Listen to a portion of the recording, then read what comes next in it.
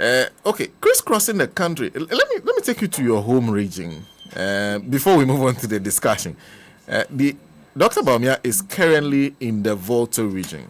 There's been suggestion by some MPP people that they reduce the home region, Volta region, which is called the World Bank of the NDC, to a microfinance. Because of the numbers they are seeing, they say the Volta region is welcoming them well. They like what they are hearing, and they will do far, far better than 20% is what Mr. Benefson was citing today. Oh, my goodness.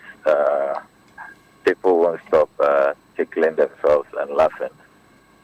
We will continue to work hard. We are not complacent. The good people of the Volta region know that we have never taken them for granted. That is why we work as if it is not our stronghold.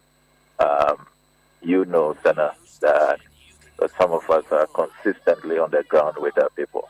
As I speak to you, I am in my constituency. Have a number of engagements to the constituency executive meeting. I'll be meeting with all the ward coordinators, equipping them with all the motorbikes they need to do the work on the ground. Then in the afternoon, we have a Zongo caucus rally at the Jopo market. So these are very, very, consistent programs on a daily basis. We are not leaving any stone unturned. There is no inch of grass that we are not attending to. We are always with the people. As I speak to you, we have a number of activities we have lined up as a region that we are pursuing on a daily basis. You do know that our flag bearer has been here. He's taught all the constituencies. The national chairman has been here. He has taught a considerable number of constituencies. I think he said he will come back to finish the remaining few constituencies left. Our running mate, Professor Nana Jenopoko-Jiman, is scheduled to begin a Volta tour on the 2nd of November, and this will be the second round in recent months.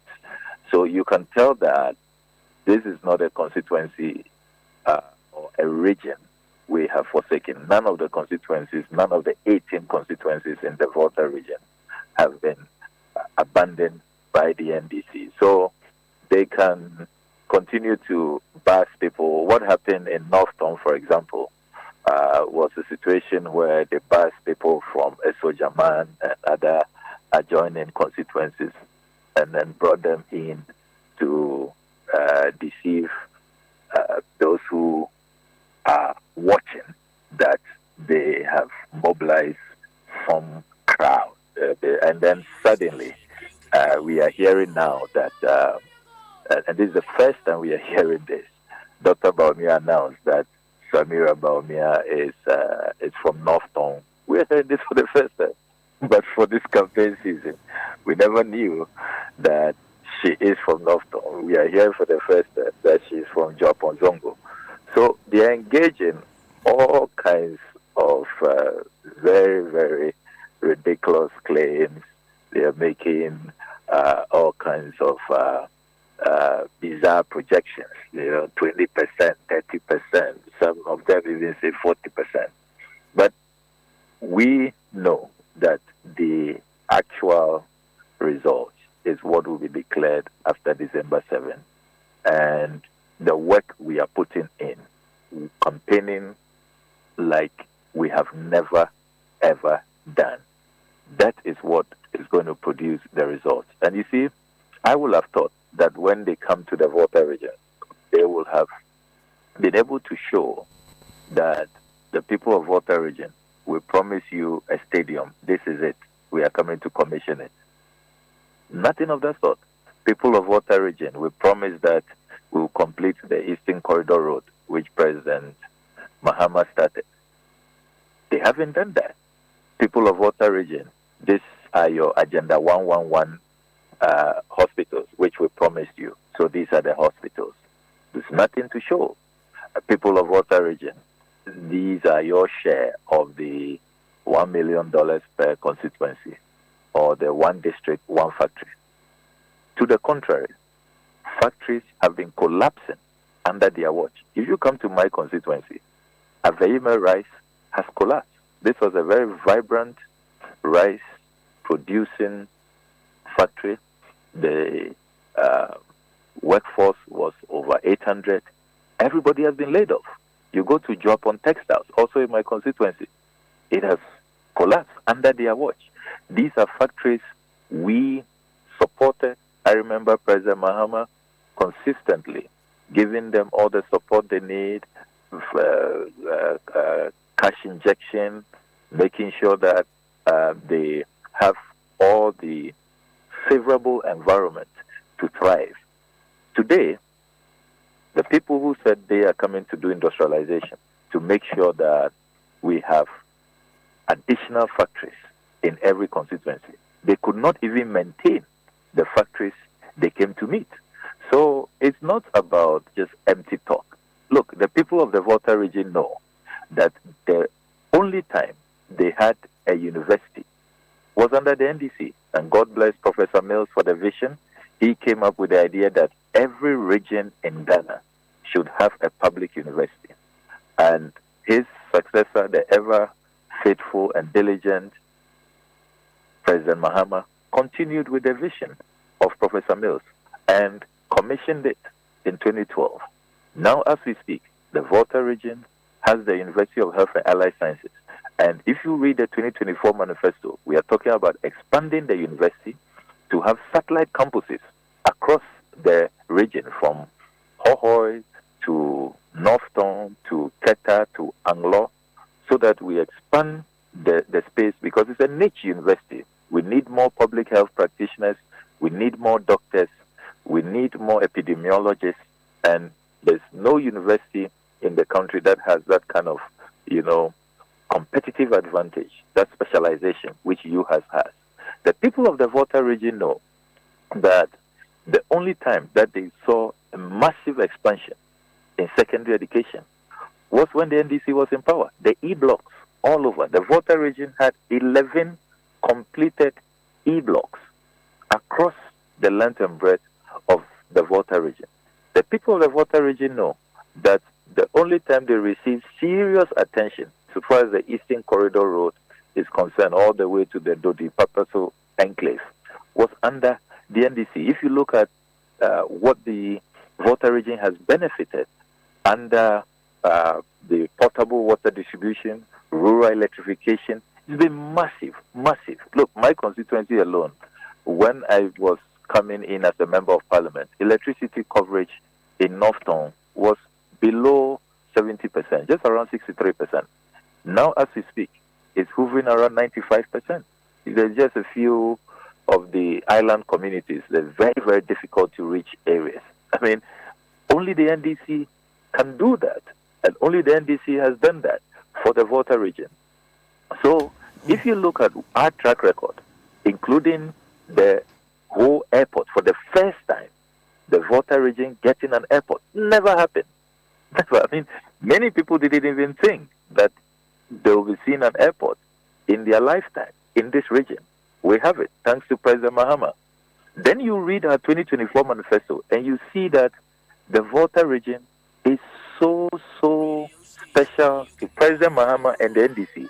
He is saying that in his first 120 days, the neglect that we have suffered since the man-made disaster, the spillage by the VRA from the Akosogbo and Pond dams, which has totally destroyed lives and livelihoods.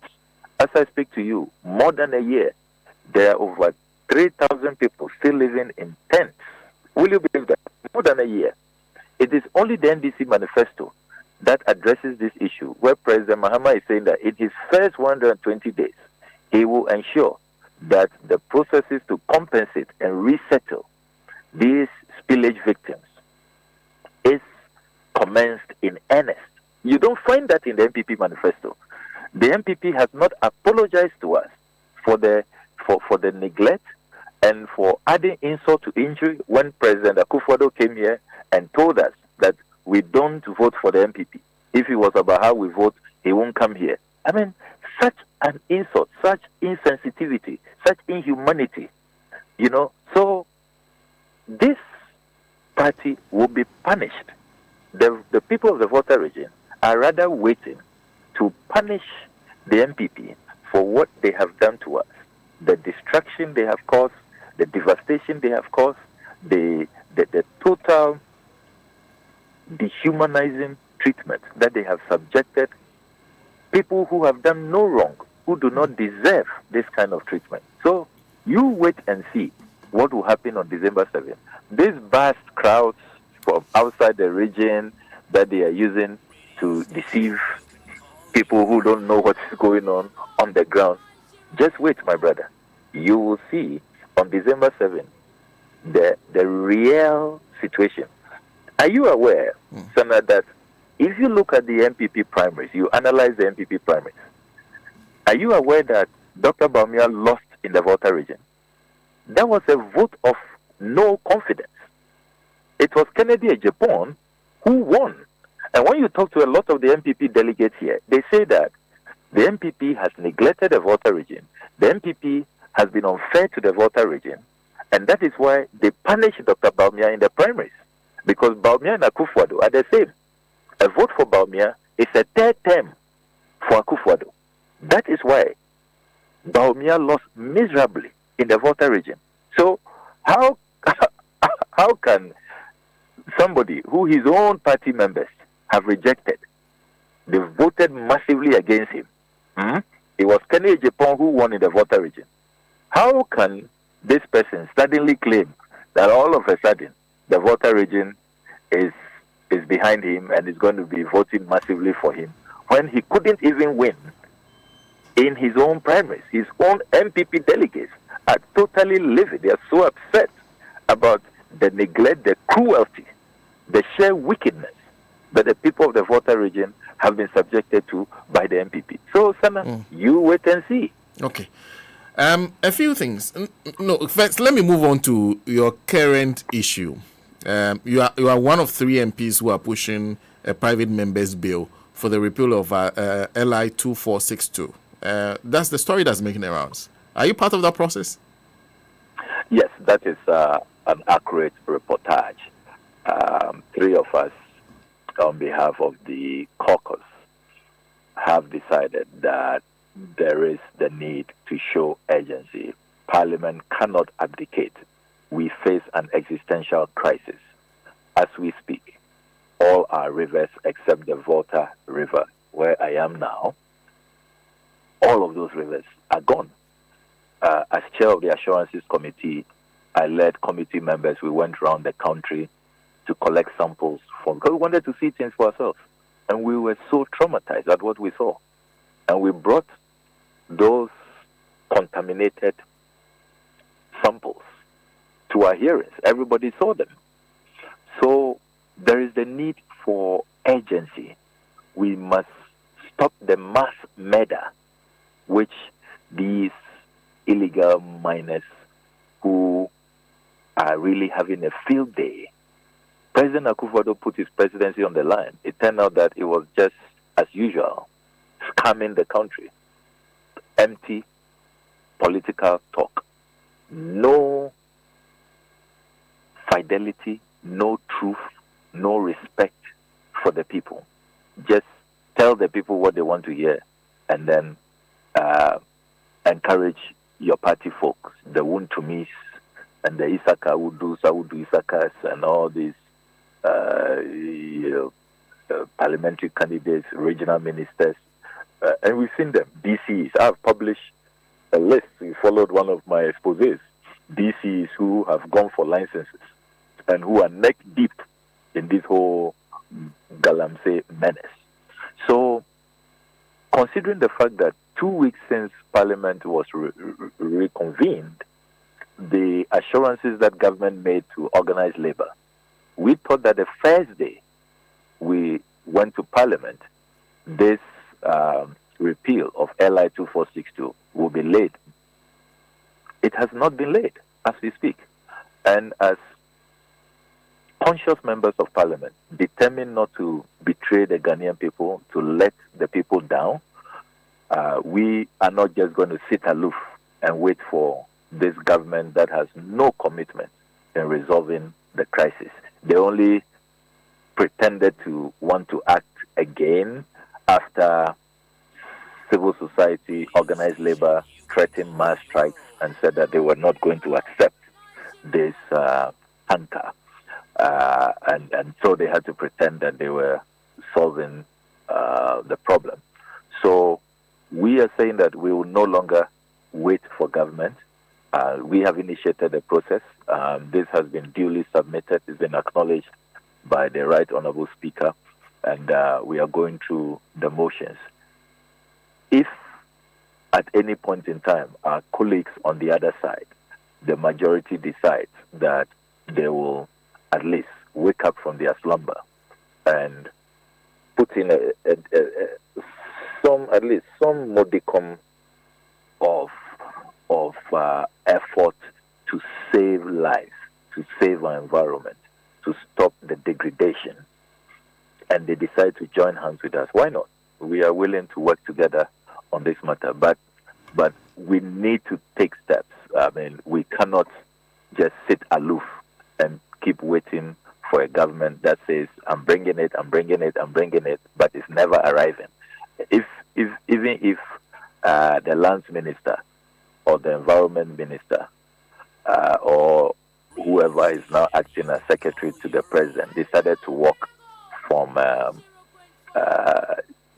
Flagstaff House to Parliament, where we are meeting now, the conference center, even if they were walking, slow walk, a tortoise walk, they should have arrived with that repeal long ago.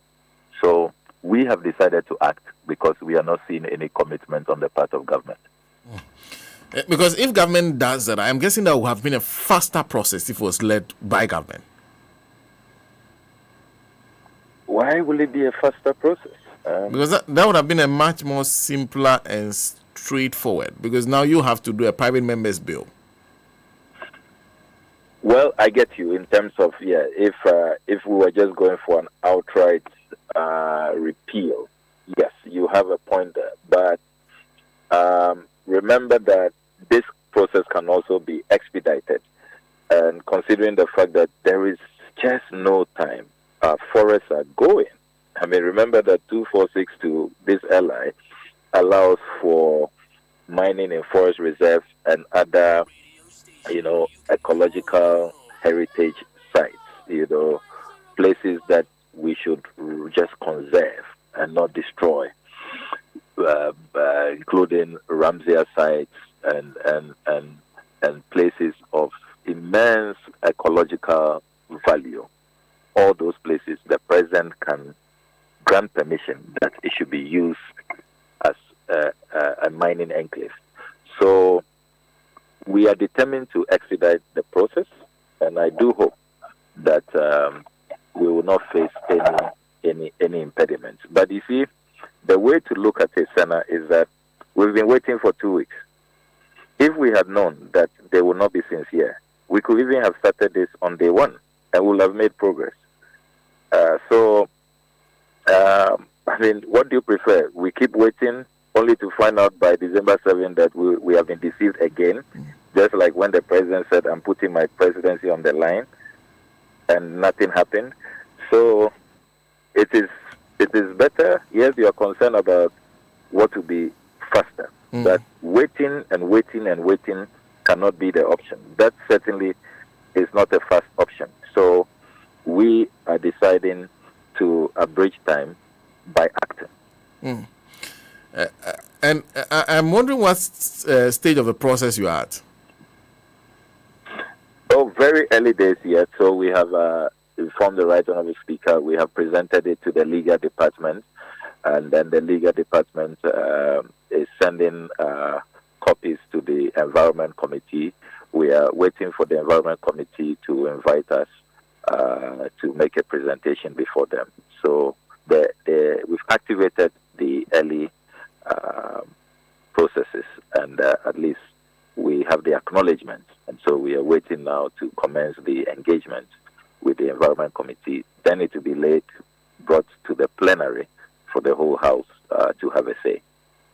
And considering the work you have been doing in terms of the exposés on who owns what, the company that's moving to the forest, who owns them and everything, I guess this must be very important to you.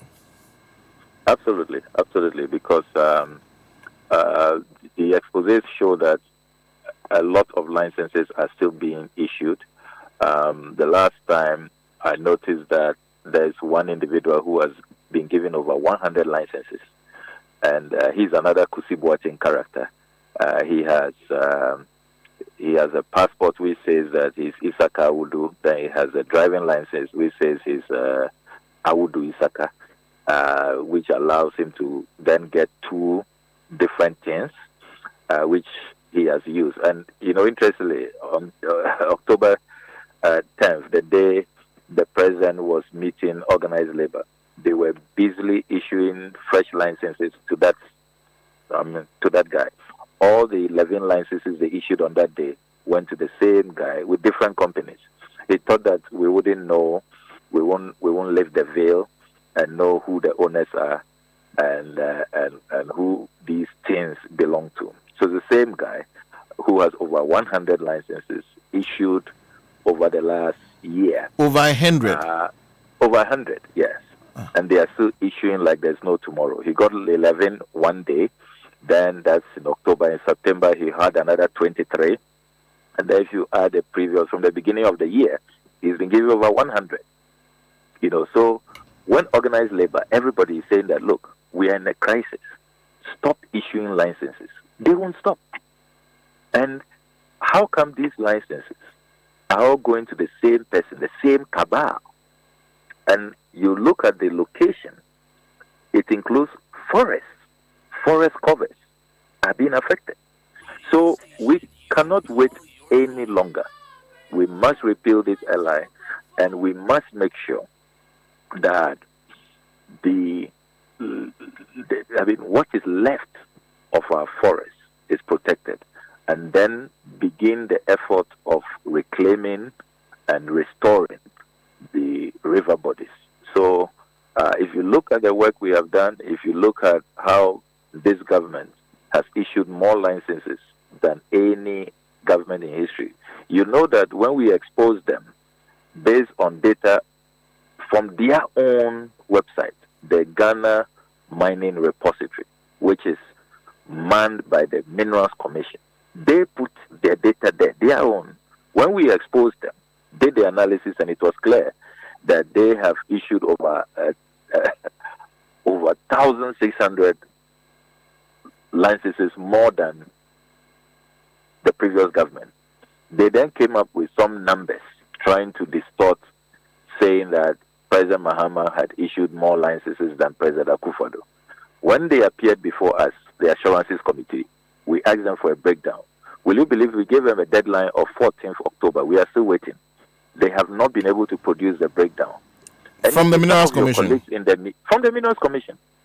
And some of your colleagues in the media just swallowed hook, line, and sinker what they gave them, one A4 sheet, a summary on one page.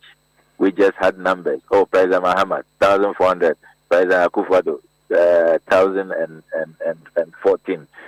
So President Mahama has issued more without any breakdown. Meanwhile, when you go on the mining repository, it has all the breakdown, the details. You see the license code, you see the company, you see where the concession is, the location, you see the application date, you see the duration. Is it a 5-year mining license? Is it 30 years? It's all there. Meanwhile, this cooked, concocted afterthought did not have any breakdown. And yet some of your colleagues in the media swallowed it hook, line, sinker. They were not even ashamed. You have been given just an A4 sheet, just numbers, no breakdown, no companies, no concessions, no locations. And then you want to accept that, consider that more credible than what is on the Minerals Commission's own website, which has all of these details. I mean, it's so shocking. And you see, sometimes it's even frustrating What do people want? Do they want the truth? Do they want to encourage MPs and patriots who are working hard to expose the bad guys and to save our country so that all of us can have a quality of life? Or they just want to continue to align with the bad guys, the mass murderers, who are out there killing all of us? It becomes very, very frustrating. Instead of the Minerals Commission to be exposed that, look, you cannot bring this one-page summary, which means nothing, which does not align with your own data on your own website. We are not going to accept that. Then if you want us to accept it, then let's have the breakdown. And that is what Parliament has done. And will you believe that since 14th October, today is 24th, 10 days after, they have missed the deadline. They have not been able to produce that breakdown. And yet some of your colleagues in the media, and I commend Radio Gold for not falling for that. I saw some media houses hitherto respected do infographics, do a whole show and a video production, and they were circulating it all over the place that, oh, this is the Minerals Commission data. President Mahama issued more licenses. Just an A4 sheet. And you should have seen how the Minerals Commission CEO was embarrassed in Parliament when he thought that Parliament will accept that one-pager concoction without any breakdown, no locations, nothing meaningful. And he thought that the House of Records was going to, buy that hogwash. So we are still waiting for them. We are going to send the Minerals Commission a reminder today that they ought to respect Parliament, respect the Ghanaian people. We are waiting for that breakdown. If they do not produce a breakdown, we will continue to work with the data that is available on the Mineral Commission's website, which shows clearly that President Akufo-Addo has been totally reckless, mindlessly reckless in the issuance of licenses. And we insist that they must stop issuing fresh licenses. We've had enough of all these Awudu Isaka licenses. We've had enough. It has to stop. So Awudu Isaka alone has over 100 licenses to mine. Over 100 licenses, yeah. You have to go and look for him. But quite a mysterious character. So yes, and that's where I was coming to, because typically you are able to, after digging, tell exactly the face behind the name. You call him a mysterious character, so which means that you still don't know who he is. Oh, in terms of photos, and I've intercepted the national IDs that he's been using, the passports, the driving license. He actually renewed his driving license just 2 weeks ago. I've intercepted all of that. So I was going to publish that sometime next week. But as usual, you are taking the wind out of my sails. So yes, we've been able to smoke him out. I can confirm to you that we've smoked him out. Okay. So you will publish his face soon, who he is? Oh, definitely. We must know him. And all of those who are collaborating with him to create this mess will name and shame for God and country. I see. In the meantime, are you ready to return to Parliament? Because your colleagues have initiated a recall of Parliament. You see, the Ghanaian people expect political leadership to rise up to their felt needs, to address the things that matter to them. Look, as we speak, see what Galamsey is doing to our environment. Parliament ought to be stopping this destruction, this mass murder going on. Why is it that as we speak, we are the only country paying a COVID levy? Why? Why are we still paying e-levy? Why are we paying the emissions tax? These are the things that the Ghanaian people expect us to work on, to bring relief. Look, the Speaker's ruling on Article 97, 1G and H is very clear and consistent with precedent. When Professor Okwe delivered the same ruling, why was there no uproar? Where was the Supreme Court? You have a partisan Supreme Court that has decided to become an extension of the MPP headquarters. When you have political apparatchiks, foot soldiers, like Gaiwu, who was the MPP parliamentary candidate in Ho, who we all know very well in the Volta region. We saw his posters, and we saw that his abysmal, uninspiring campaign is still fresh in our minds. How can you appoint such a person as a judge, and then he is called to duty? That this is why we appointed you, to come and engage in this partisan desecration. How do you expect anybody to have any respect for such judgments? And you have read the very embarrassing critique of that judgment. They must all be ashamed for what they have done. So look, the continuous Takashi by the MPP MPs will go nowhere. So look, even this business of recall, so you activate the constitutional provision, you say that you are recalling Parliament. Now, the Speaker recalls the House. The Speaker insists that 4 MPs are no longer MPs. Their seats have been declared vacant. Then we in the NDC also decide strategically that we are not attending the proceedings because you are disrespecting our Speaker and you are engaged in naked hypocrisy and unprincipled politics. You aligned with Professor Okwe, respected Professor Okwe's decision, same ruling, and yet you don't want to accord Speaker Bagbin the respect that you accorded Professor Okwe, and you are inviting another arm of government to dictate to an independent arm of government. So if on that principle we also decide to stay away, you know what that means? They cannot meet the threshold under Article 104 of the Constitution.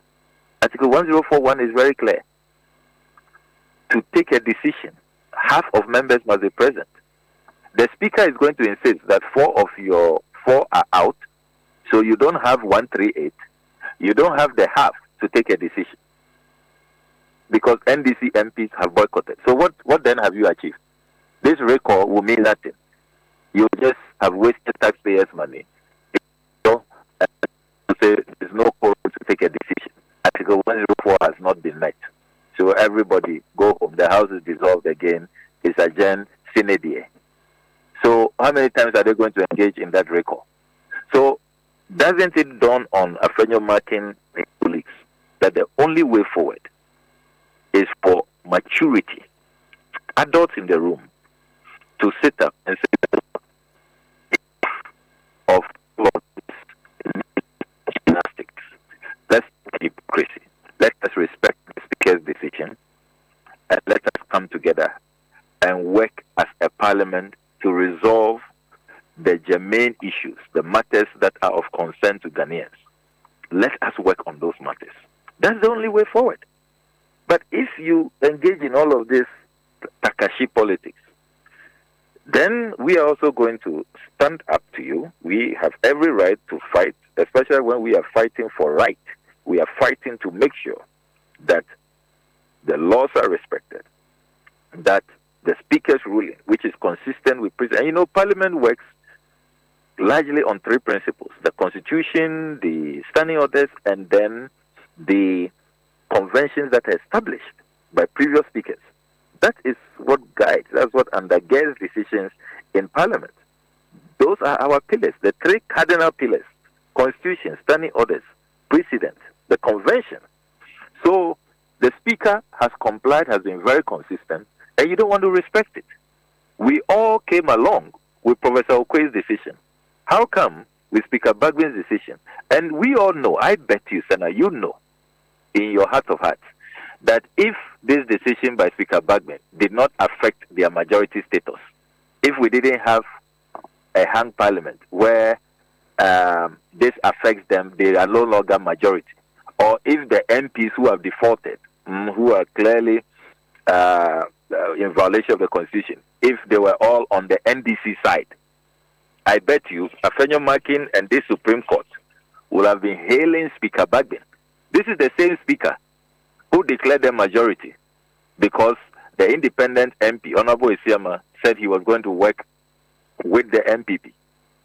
I recall many Ghanaians, including the respected Comrade Kwesi Pratt, who disagreed with Speaker Bagbin, but the MPP hailed Speaker Bagbin. The same person who declared you majority, you hailed him when he declared you majority.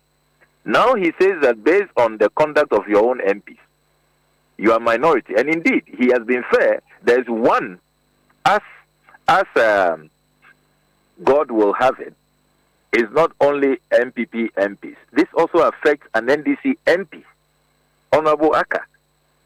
So Speaker Bagbin has not glossed over that. He's saying that on both sides, one on NDC side, three on the MPP side, you are all affected. The same speaker you hailed, who declared you majority, that one you liked it. You praised him to the high heavens. Now that he has declared you minority, based on the same constitution, you say you won't accept it. You are going to the Supreme Court. And you cry to the Supreme Court, and of course, your partisan colleagues, people who rather wanted to be in Parliament, who were contesting as parliamentary candidates, are happy to grant you all kinds of, even release that you didn't ask for, And in the process, we are making mockery of our democracy. We are destroying our institutions, and we are mutilating our constitution. You see, let's be thinking about the country we are building, about nationhood, and about the future. How will people looking back at this 8th Parliament, at this era, what would they remember us for? What would they remember President Akufo-Addo, who has failed from day one? Look, I have always said that looking at the results from 2020, what President Akufo-Addo should have done, if I were to be in his shoes, what I would have done is that, look, it's clear the Ghanaian people have voted for power sharing. Nobody has a majority in Parliament. I will have called the opposition leader. Oh, my brother, President Mahama, let's sit down. The speakership. Who are you presenting? How many do you want? There are 3 positions. Let's reach an agreement. And this is who I want you to bring yours. And then there would have been no need for the chaos that we saw on January 6, 2021. There will have been no need for that chaos. All of that chaos, the military came in. And at that time, there was no president, no vice president, no speaker of parliament. It was so easy for any of those soldiers to just take over. We escaped a coup by a whimper, narrowly, just because of immaturity, of petty politics, of people who have no business being in leadership. President Akufo-Addo has shown that he had no business. Look, and that is what is continuing. All of this Takashi, all of this, we will go to Supreme Court, we'll go ambassadorize the court. Listen to the respected Justice Atuguba. Justice Atuguba says that the Supreme Court should not have been invited into this mess in the first place. And you see, he's right. In the process, the Supreme Court has now been painted with politics. And their judgment is being shredded into pieces all over the world. They have disgraced themselves. And you see, when will the distraction stop? When will this undermine of our democratic institutions stop? Just because President Akufo-Addo is refusing to accept that, look, you didn't win the parliamentary elections. Even if you manage to do whatever to get your so-called presidential victory,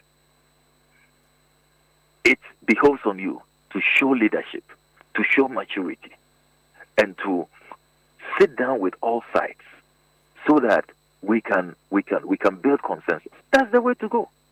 Look, do you know, Sana, in India, I admire how they select their electoral commissioners. They invite the president, the opposition leader, and then the chief justice. And then they look at the names. They ask people to apply. Look at people who are credible, who are balanced, who have not shown that they are patrons of political parties like we have here, known MPP communicators. That's Sunyani guy, that party full soldier, Apia Hine, who's been made an electoral commissioner. You don't have that in India. Then they select. So we should be moving towards things like that, where you build consensus, everybody sits around the table. Then you talk through our challenges intelligently, and then you set a precedent. Look, it is very possible that the way Ghanaians are voting now, that we may have a hung parliament again. We may even have a party that will win presidential, but will be in an extreme minority in parliament. If Ghanaians vote that way, is this the attitude we are going to be demonstrating? Then that will be the end of our democracy. Because as it is now, parliament can't sit, because this Takashi record they are doing, it won't work. Because if you don't get NDC MPs in the chamber, you won't have the quorum to take a decision under Article 104. So what have you achieved? How many times are you going to do a Takashi record? Because of the record, all you need is 1/3 of MPs. But that is not the number you need to take a decision. So we need maturity. We need love for country. We need patriots. We need statesmen. People who will look beyond their party headquarters and just, if you like, giving their base some false hopes. This is the time for real, mature leadership. And it's what this country is lacking. And President Akufo-Addo, who is the leader? It's because, look, you must present your budget in a few days. It is you who has government business. You are still going all over the place, begging for all kinds of assistance, which has to be ratified by Parliament. You have everything to lose.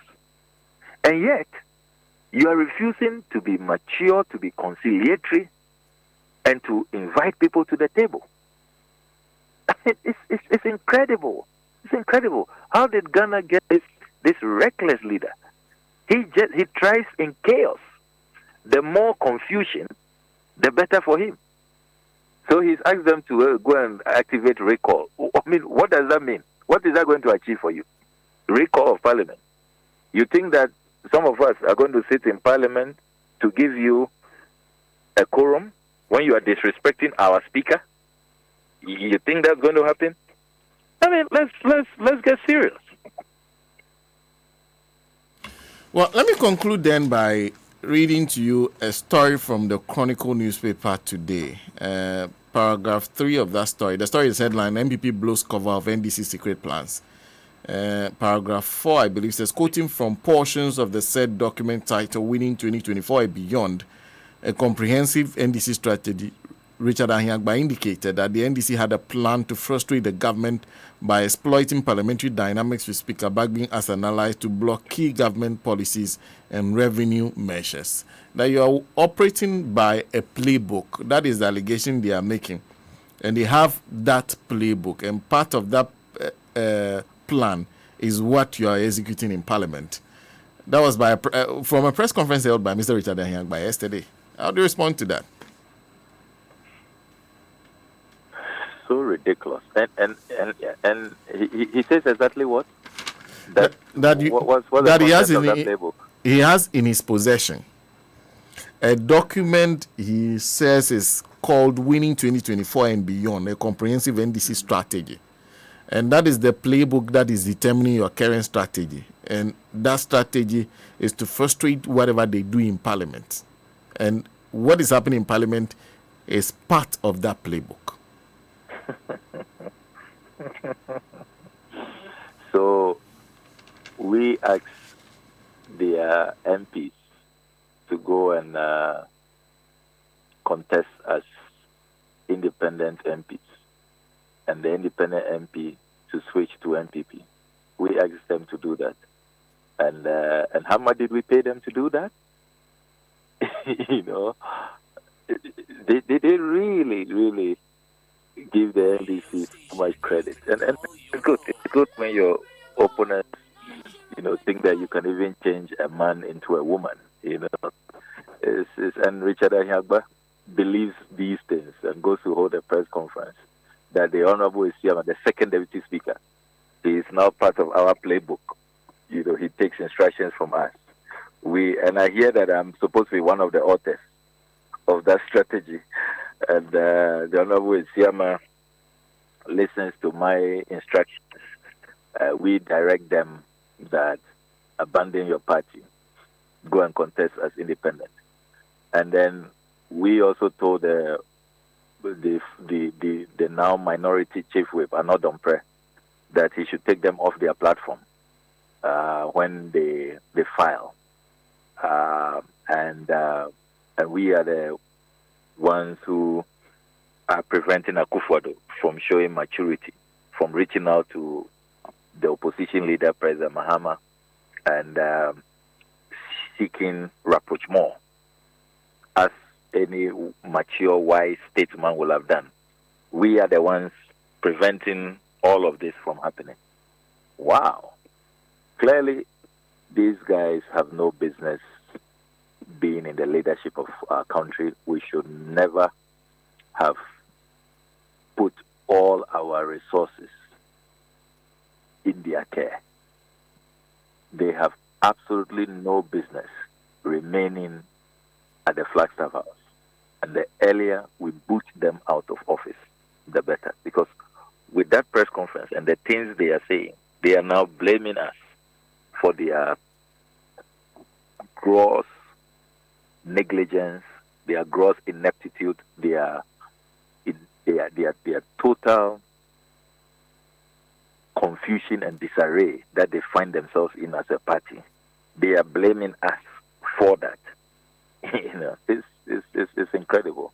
You just can't believe. The Honorable Cynthia Morrison, for example, who has said that she, even if it means war, even if it means putting her life on the line to run as independent and teach the MPP a lesson, because the MPP has not been fair to her. We are orchestrating all of that. We have told Cynthia Morrison to declare war against the MPP. This is total hogwash, and Senna, I think we should use the airtime for more important things.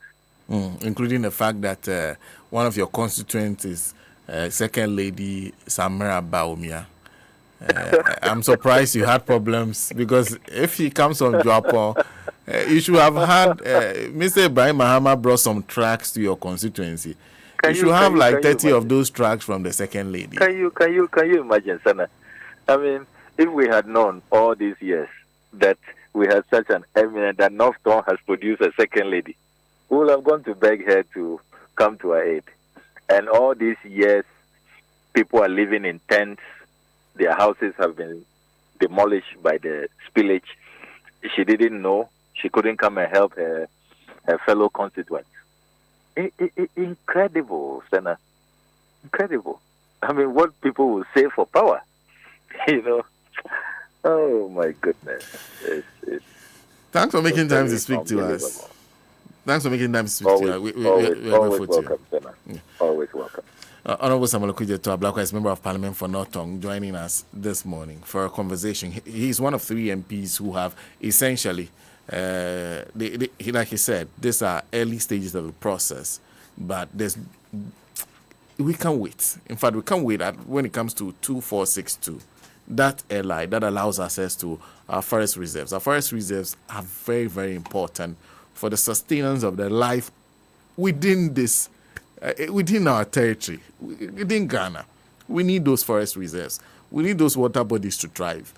And that's why they have started a private members bill, 3 of them, and that is to repeal 2462. So nobody is allowed to enter our forest without a permit. I don't know what else they will put there, and I wish they would put there that mining in forest reserves is forbidden. Nobody can give you access to forest reserves to mine. I think that is an important part of the kind of legislation we must have going forward.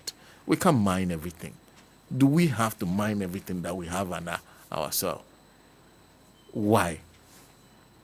Why do we have to everything we have? Anyway, SM. You know the most interesting part of what Richard Ahiagba said. Quote, it is not fake. It is a true document. The NDC has been working with it since 7 January 8, 2021. You see, when you get to the point where you have to shout, it is not fake. It is a true document. Then it is a fake. Yes. NDC for actual book. Now, MP before the book in the moon, some way. Yes. Now they are saying that even the NDC, they actually scripted what is happening in Parliament. So they convinced the Siama to go and join the MPP again. They convinced the Morrison. So co-independent. And then go independent. Nina, Troy. And I'm convinced I'm someone going independent. Yes. And this is fantastic. It's funny how first they wrote how you run the government. Yes. That's what you said. Then the Badia book, it was written by the NDC. So the NDC scripted how you run the government. And now that you are leaving power to, they are scripting how your people behave in the lead up to. Oh. And when I tell you, could say, IMF for buying coin a NDC for and say, I'm on IMF, I'm on IMF. I feel I'm IMF. Oh boy. How can you be saying? You see, this entire government.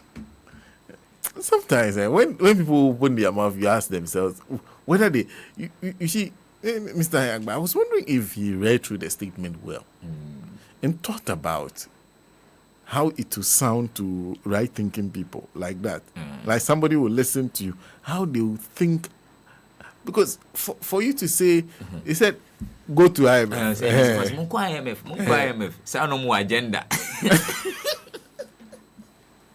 But what do you expect? What do you expect? If